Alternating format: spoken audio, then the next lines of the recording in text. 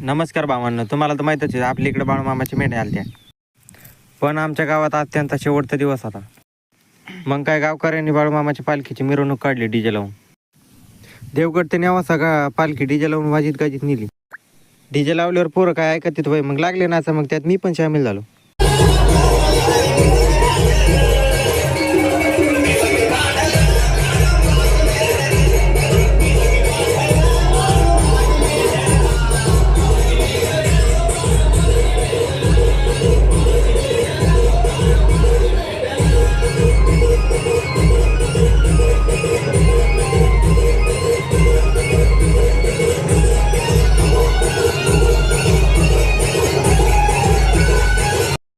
तर भावांनो, आता नेवाशापर्यंत मेंढ्यात आम्ही सोडल्या होत्या.